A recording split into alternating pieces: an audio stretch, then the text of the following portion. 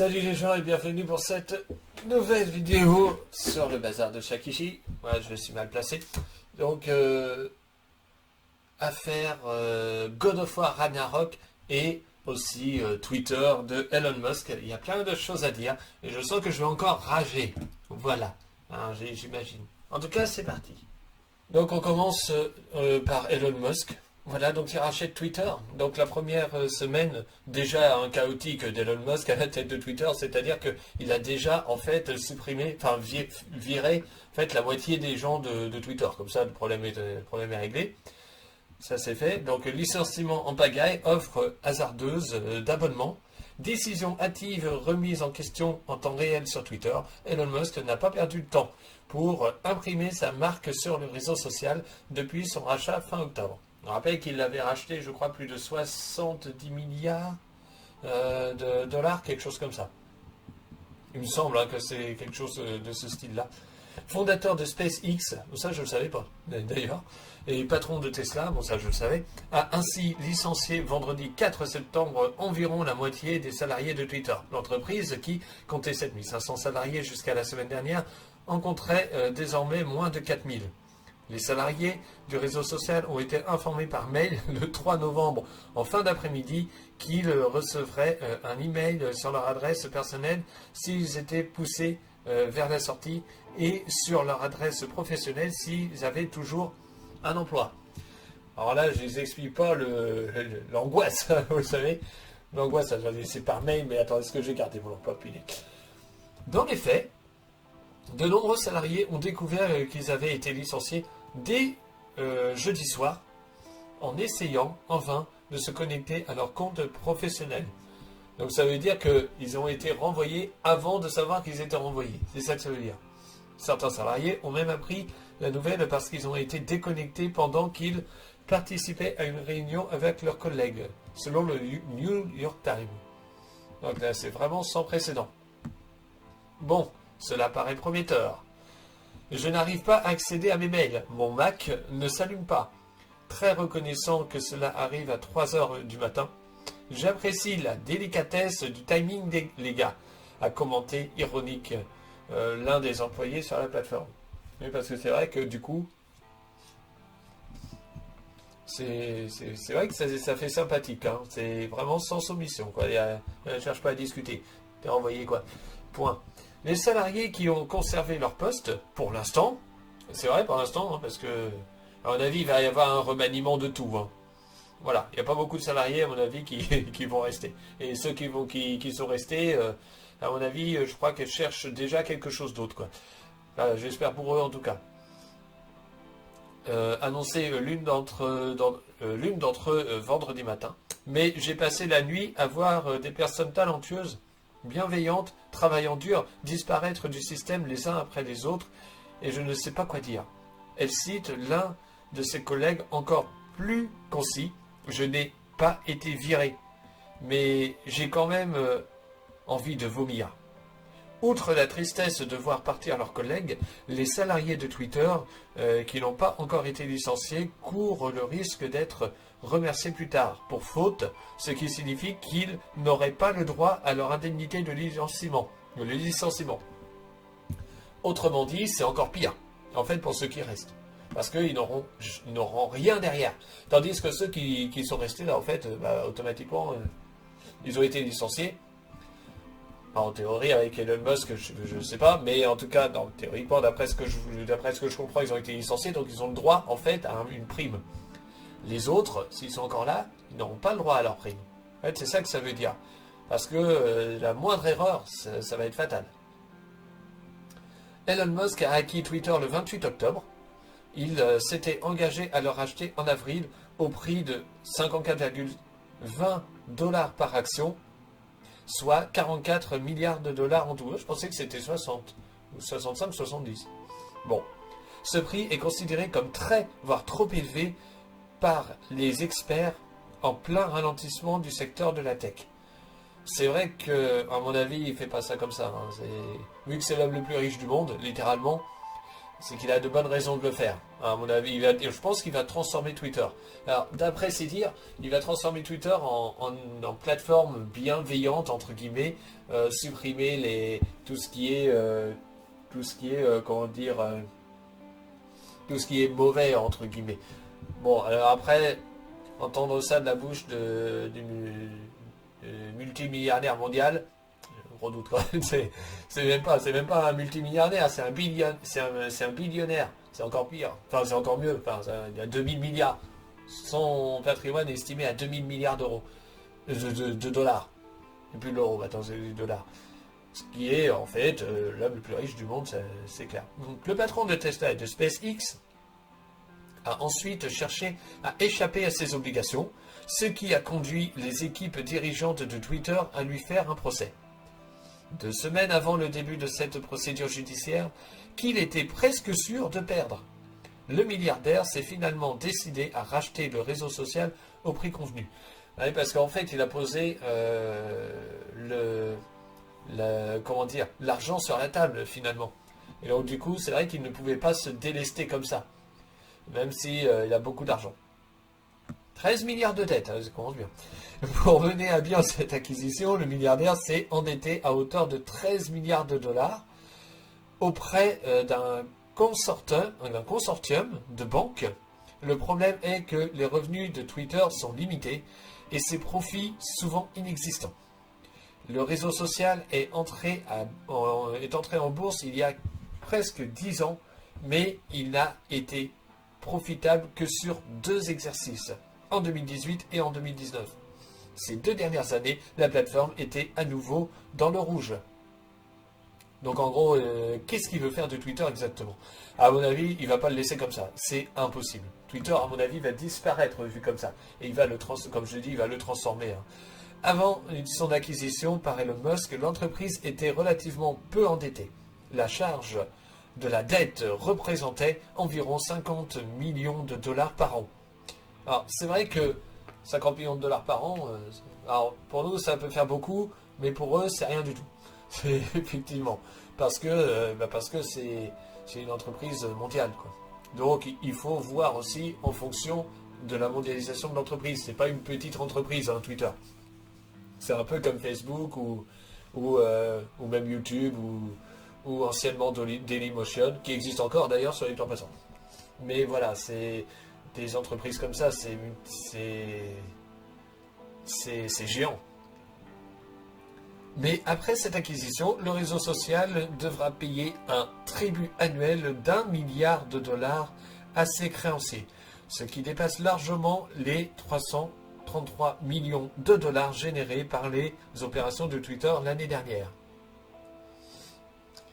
Le patron de Tesla et de SpaceX n'a donc pas le choix. S'il veut rembourser ses créanciers, il est forcé de réduire les coûts de Twitter. Oups. Non mais, s'il te plaît, l'ordinateur. Ah bah zut, j'ai perdu mon truc. Ah, c'est là. Pardon. Donc, et d'augmenter ses revenus. Il s'y est attelé dès la première semaine, dans une atmosphère chaotique. Autrement dit, ouais, il a créé un abonnement sur Twitter. Ça veut dire que concrètement, on doit payer 8 dollars. Alors, ce qui fait, j'imagine que ça fait 8 ou peut-être 10 euros chez nous, je ne sais pas. L'une de ses premières décisions pour augmenter ses revenus a été de demander aux utilisateurs dont le profil a été vérifié par Twitter, qu'il s'agisse de journalistes, d'académiques, d'artistes ou d'hommes politiques, de payer un abonnement pour conserver cette distinction. D'accord, donc autrement dit, les profils vérifiés, pas les autres. Voilà, donc ça veut dire qu'on peut quand même aller sur Twitter en biaisant. C'est ça que ça veut dire en gros, quelque part, où là tu ne paierais pas. C'est en gros ce que ça veut dire, mais nous c'est clair qu'on va payer. En gros c'est ça. Donc il y aura peut-être de moins en moins de monde sur Twitter du coup. Je ne sais pas si les gens vont vouloir payer. Peut-être, il y en a beaucoup qui vont vouloir payer, certes, mais attendons de voir. Attendons de voir. Après plusieurs revirements, il choisit de fixer le prix de cet abonnement à 8 dollars par mois. Alors, ça, on va dire, c'est pas beaucoup, mais c'est quand même 8 dollars. Mais cette procédure de vérification a été inventée pour des raisons de modération afin que les utilisateurs de Twitter puissent reconnaître les vrais comptes des faux. Donc comme je le disais tout à l'heure, en fait, c'est un peu comme sur n'importe quel site, par exemple un site de rencontre, quand on paye, en général on est plus sérieux. En général, hein, je ne dis pas que c'est tout le temps le cas, mais en fait là c'est l'idée. Donc ce qu'il voulait tout à l'heure, comme je le disais tout à l'heure, en disant oui il veut supprimer entre guillemets les faux comptes, les spoilers, les machins, enfin toutes les merdes qu'il y a sur Twitter, en fait ça a de connivence avec l'abonnement finalement. Parce que ceux qui seront abonnés à Twitter, ils vont déjà s'en servir, premièrement, et deuxièmement, je veux dire, les spoilers, comment dire, les gens, faut pas forcément les spoilers, là je suis sur le spoil parce que je pense à God of War Ragnarok, au sujet d'après. Mais ce que je veux dire, c'est qu'il y a ça aussi, il y a cette notion de, comment dire, de, voilà, du fait que bah, là ce sera quand même, normalement, entre guillemets, un peu plus sérieux. Après, bon, ça reste Twitter, ce n'est pas un site de rencontre ou quoi que ce soit, en théorie. Encore une fois, c'est de la théorie. Mais voilà, si on va... Là, je prends exemple sur le site de rencontre parce que c'est le seul... comment dire, c'est le seul exemple que je connais, en fait. Voilà, et donc, c'est pour rencontrer des gens, surtout si on paye. En particulier si on paye. Il faut rencontrer une personne, quoi. Ou rencontrer des personnes. Tandis que si on paye pas, est-ce qu'on est là pour rencontrer? Je sais pas. Ben là, c'est un peu la même chose. Sauf que Twitter, ça reste quand même un peu, je dirais, un peu comme Facebook. C'est pas Facebook, hein, attention, c'est pas ce que j'ai dit, mais ça reste quand même c'est le fait de cliquer, quoi, en fait. C'est-à-dire le fait d'envoyer un message, le fait de tweeter quelque chose, le fait d'envoyer vraiment un message et d'être en fait tout le temps sur son téléphone et d'utiliser Twitter. Est-ce que ça va marcher de la même manière que... Là, j'ai un doute quand même, à voir ce qui va se passer, je trouve ça intéressant. Donc, Musk ne permettra pas, a priori, de faire la distinction entre les personnes célèbres et un imposteur. La stratégie d'Elon Musk pour rendre Twitter profitable a aussi consisté à licencier la moitié des employés. Donc, ce qui est logique, vu qu'il s'est endetté, du coup. Les équipes de modération des contenus ont en particulier été affectées. D'accord, les équipes de modération, ok. Le problème, non mais là j'ai eu un bug de cerveau, parce que je pensais à d'autres choses. Oui, non, en fait, j'ai lu sans lire. Voilà. Le problème est qu'une politique de modération chaotique ou inexistante risque d'affecter ses revenus en effrayant les annonceurs. Oui, parce que s'il n'y a plus de modération, ça risque d'être compliqué aussi, parce qu'il en faut de la modération. Même si ça ne fait pas tout, il en faut.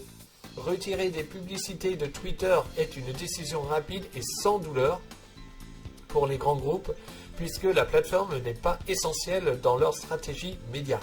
Note Jasmine Enberg, analyste chez eMarketers. Musk a besoin des annonceurs pour plus qu'ils n'ont besoin de lui. Et effectivement, parce que Twitter, c'est aussi ça, c'est aussi un site où on va annoncer quelque chose, ou même où on va aussi, influencer les gens. Donc automatiquement, Twitter, comme toute autre plateforme de communication, ont besoin de ça. C'est obligatoire en fait. Sans ça, il n'y a pas de site. Hein. Parce que c'est justement les annonceurs et les influenceurs qui font fonctionner la roue, quoi, hein, quelque part. C'est un peu comme YouTube. Hein. YouTube, c'est pas moi qui va faire fonctionner la roue, c'est Squeezie.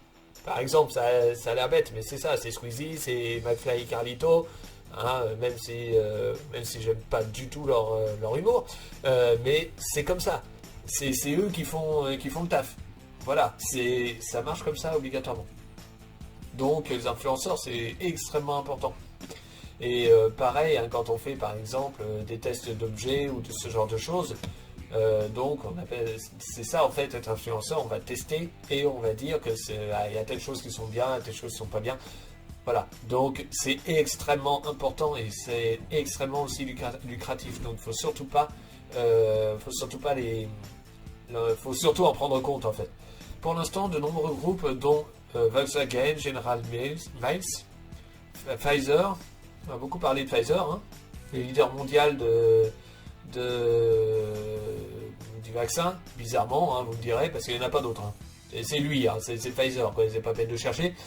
Il n'y a aucun autre comment dire, grand groupe qui a réussi à faire un vaccin, il n'y a que lui, bizarrement. C'est curieux. Bizarrement, il n'y a jamais eu de réponse à ce sujet d'ailleurs. Bref, on n'est pas là pour parler de ça, mais quand même. Dès que je vois Pfizer, moi je vois rouge. Modelé international et General Motors ont marqué une pause dans leurs achats de publicité, ce qui n'est absolument pas bon, évidemment. Là, encore une fois, bon, tous ces grands groupes, il faut que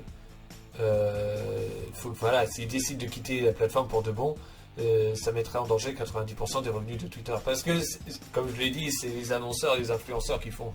Il n'y a pas le choix. Il faut qu'ils soient sur le site en fait.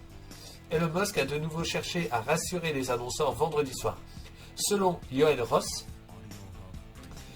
qui dirige l'équipe Confiance et Sécurité, chargée de la modération sur Twitter, seuls 15% des salariés de son équipe ont été licenciés.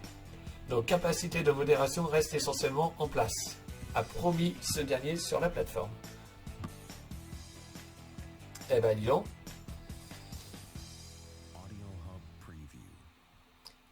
Quelle histoire. Ben, en gros, c'est pas terrible. Il a beau avoir un bel équipement, là, et il est stylé, hein. Ses brassards sont stylés. N'empêche que, faire attention quand même, effectivement. Maintenant, passons au sujet le plus houleux pour moi. God of War Ragnarok. God of War Ragnarok, les développeurs en colère face aux spoilers. C'est une constante à chaque grosse sortie dans l'industrie du jeu vidéo. Les magasins de jeux, nonobstant les dates de sortie en commercialisation, les titres plusieurs jours à l'avance. God of War Ragnarok, le dernier blockbuster de Santa Monica Studio, n'échappe pas à cette règle immuable. Alors, oui, il y a certains revendeurs en fait qui ont vendu le jeu à des clients, donc 2 semaines à l'avance. C'est-à-dire depuis le début de la semaine dernière, quoi, en quelque sorte, 14 jours en fait avant la sortie. C'est même pas 2 semaines avant. Oui, c'est même avant encore. C'est pas mercredi qui est passé, c'est celui encore avant où il y avait en fait des gens qui avaient déjà le jeu. Et en fait, le truc c'est que les gens qui avaient déjà le jeu, bah, automatiquement ils ont tout spoilé, quoi. Voilà, et tout a été fait. Donc attendu pour le 9 novembre prochain, cette suite de God of War de 2018 voit d'ores et déjà des copies circuler dans la nature. Et donc des spoilers aussi sur les réseaux sociaux. Ce qui agace beaucoup les développeurs, notamment le réalisateur Cory Barlog. Parce qu'il faut savoir quand même qu'il a travaillé quand même pendant plusieurs années. Et en fait c'est ça qui est pénible, d'autant plus que c'est un jeu narratif de base. Donc c'est quand même assez spécial. C'est dans un communiqué sur Twitter que Santa Monica Studio a saisi la parole pour alerter les potentiels futurs joueurs de God of War Ragnarok. Désemparés face à l'afflux de vidéos en tout genre ayant trouvé leur chemin sur les 4 coins du web, l'équipe californienne met en garde contre ces spoilers à tout va. Alors que le lancement du jeu approche, il est important pour notre studio de préserver l'expérience de God of War Ragnarok pour les joueurs qui veulent en profiter pour la première fois sans spoiler. Nous demandons donc de faire preuve de considération envers les nombreux fans qui ne veulent pas tomber accidentellement sur des extraits du jeu, de gameplay ou tout autre spoilers narratif et d'éviter de les partager. Nous faisons de notre mieux pour limiter la propagation de ces vidéos et captures d'écran non autorisées, mais il nous est malheureusement impossible de tout contrôler. Pour ceux qui ne veulent pas prendre le risque de voir quoi que ce soit avant le lancement, nous vous avisons fortement de bloquer tous les mots-clés et hashtags liés au jeu jusqu'à sa sortie. Là, comme ça permettra d'éviter de tomber sur les liens. Cory Barlog n'a pas manqué d'exprimer son agacement sur son compte Twitter personnel. Le réalisateur explique ainsi être très déçu de la mise en vente du jeu en avance et affirme comprendre les avantages de n'inclure qu'un installateur dans le Blu-ray du jeu. Alors, un installateur dans le Blu-ray du jeu, c'est qu'en fait, vous prenez votre boîte, votre jeu, voilà, donc je sais pas n'importe où, un revendeur, un vendeur du jeu, et en fait, vous n'avez pas le jeu dedans. Voilà. Vous allez en magasin, mais vous téléchargez le jeu chez vous. Donc en fait, c'est un jeu numérique, quoi, en fait. En gros, c'est ça. Et ce qui fait que vous n'avez pas le droit, en fait, de jouer au jeu avant sa sortie. Le jeu sera bloqué de toute façon. Un peu comme le Game Pass, par exemple. Si je veux jouer à un jeu, bah, en fait, je sais pas moi, par exemple, à 15 heures. Enfin, en fait, s'il sort à 16 heures sur le Game Pass, je pourrais jamais y jouer avant 16 heures. Voilà. C'est un peu l'idée. Ben là, c'est exactement la même chose. Donc, ça fait que Cory Barlog comprend les avantages du numérique, en fait. Et donc, on va vers le numérique à partir de là, surtout pour Santa Monica Studio. Et juste parce qu'il y a des vendeurs qui, aujourd'hui, effectivement, sont quand même assez malhonnêtes. Et surtout, c'est pour gagner de l'argent.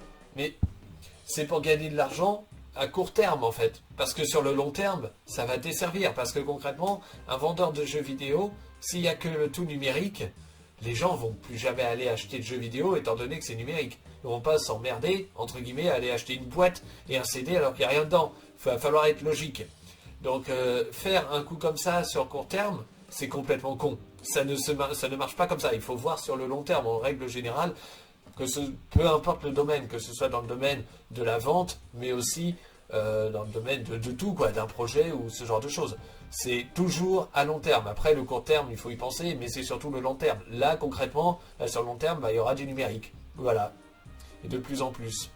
Et ça, le problème qui se pose, c'est que justement, il va y avoir... il commence à y avoir pas mal de numérique de base. Sur Switch en particulier, d'ailleurs, pour des gros jeux. Enfin, pour les gros jeux. Après, pas pour les gros jeux style Zelda, quoi, par exemple. Là, non. Mais pour les jeux d'éditeurs tiers, pour des gros jeux d'éditeurs tiers, oui, ça commence déjà. Il y a déjà des trucs à ce niveau-là. Après, bon, j'ai envie de dire, même Fort Boyard, par exemple, c'est numérique, quoi. Alors qu'il y a la boîte et il n'y a pas de jeu dedans.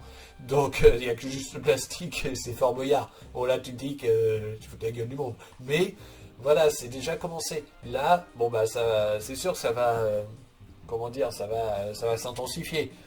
Là, les magasins de jeux vidéo, il n'y en aura plus jamais. Après, c'est clair et net. Ou alors, oui, il va y avoir des boîtes, mais comme les boîtes coûtent cher, au final, à un moment donné, de toute façon, ça va finir par être le tout numérique et puis ferme-la, quoi. Et ça, les gens, les acheteurs aussi, parce que c'est la faute aussi des acheteurs, pas forcément aux vendeurs, ne comprennent pas. Voilà. Ou veulent absolument avoir quelque chose d'emblée, alors qu'ils ne peuvent pas attendre 2 semaines. Voilà. Donc ça c'est un détail important à noter. Alors moi par exemple, j'aime pas attendre. Ça c'est clair. Mais quand je veux un truc, c'est déjà sorti. Voilà. Je ne suis pas allé acheter God of War alors que je vais y jouer de toute façon, mais l'ancien God of War, alors j'ai aimé et pas aimé en même temps, ça dépend comment on voit la chose, mais je me suis pas précipité pour l'avoir. Voilà. Pareil, j'attends impatiemment Pokémon. Je vais pas aller je vais y aller le jour J. Je vais pas y aller le jour d'avant ou une semaine avant. C'est qu'un jeu vidéo, quoi. Donc après, voilà, je prends mal en patience et surtout, ça permet aussi, faut pas l'oublier, plus on attend, mieux c'est aussi. Et donc, c'est aussi la faute des acheteurs, tout ça. Puis après, les acheteurs, ils vont se dire, ah oui, mais il n'y a plus de physique. Oui, c'est normal. Voilà. C'est normal. Et là, oui, comprendre les avantages de n'inclure qu'un installateur dans ma Blu-ray du jeu, c'est logique, en fait. Il a raison de le penser comme ça, puisqu'il ne peut pas faire confiance, au final. Il ne peut pas faire confiance à des revendeurs, il ne peut pas faire confiance aux testeurs, aux youtubeurs, il ne peut faire confiance à personne. Donc, à partir de là, force est de constater que, oui, il est déçu, mais... mais le problème, c'est que lui, il voudrait faire du physique. Mais le problème, c'est que si le physique, ça fait ça, il n'en fera plus, et puis c'est tout, quoi. Alors après, on va aller lui cracher dessus, sous prétexte qu'il fait plus de physique. Ah ouais, mais ça va être la faute des acheteurs. Du coup, en fait, c'est notre faute, quoi, quelque part. Donc c'est ça en fait l'ironie de la chose, quoi. Et l'hypocrisie aussi des acheteurs par la même occasion. Parce que les revendeurs, eux, c'est pour gagner du pognon à court terme. Bon, ils sont très cons de faire ça parce qu'il faut voir à long terme, certes, comme je l'ai dit tout à l'heure, mais n'empêche que ça leur fait gagner de l'argent. Donc eux, ils ont, si vous voulez, une intention malhonnête, mais lucrative.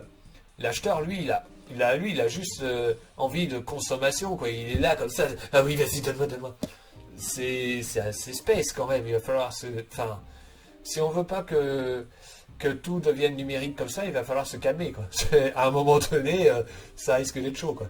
Hein, calmez-vous, vous allez l'avoir votre jeu, ok. Voilà, en gros, c'est un peu ça. Donc cette dernière remarque fait référence à la polémique autour de Call of Duty Modern Warfare 2, dont l'édition physique ne comprendrait qu'un petit programme d'installation d'à peine 70 mégaoctets sur le disque Blu-ray, capable d'en accueillir beaucoup plus. En gros, vous n'avez pas de jeu. Vous avez le disque, mais vous n'avez pas le jeu. Et le jeu, en plus, ne vous appartient pas. Parce que ce qui vous appartient, c'est les 70 mégaoctets. C'est pas le reste. Et oui, parce qu'on peut vous supprimer aussi votre jeu. Je rappelle quand même que c'est téléchargé par le biais du store, ou par le biais de tout autre... du store, évidemment, vous avez acheté le jeu, donc en boîte, si je puis dire. Donc vous avez acheté le jeu, vous n'avez pas repayé le store. Mais vous allez quand même passer à la caisse, enfin passer à la caisse.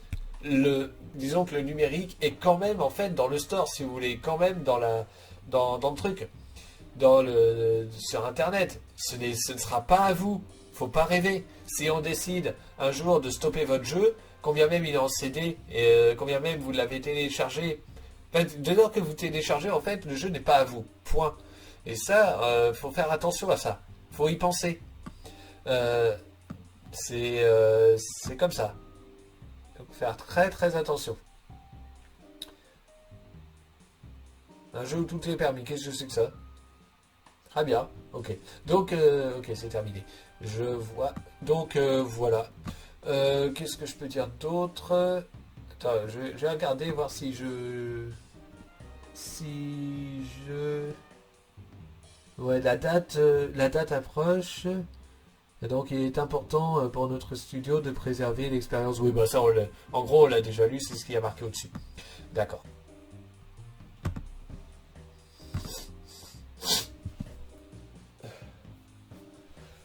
Donc voilà pour cette vidéo. Oh, putain, ça a duré 30 minutes. Alors je pense peut-être que limite je ferai un truc comme ça en fait toutes les semaines.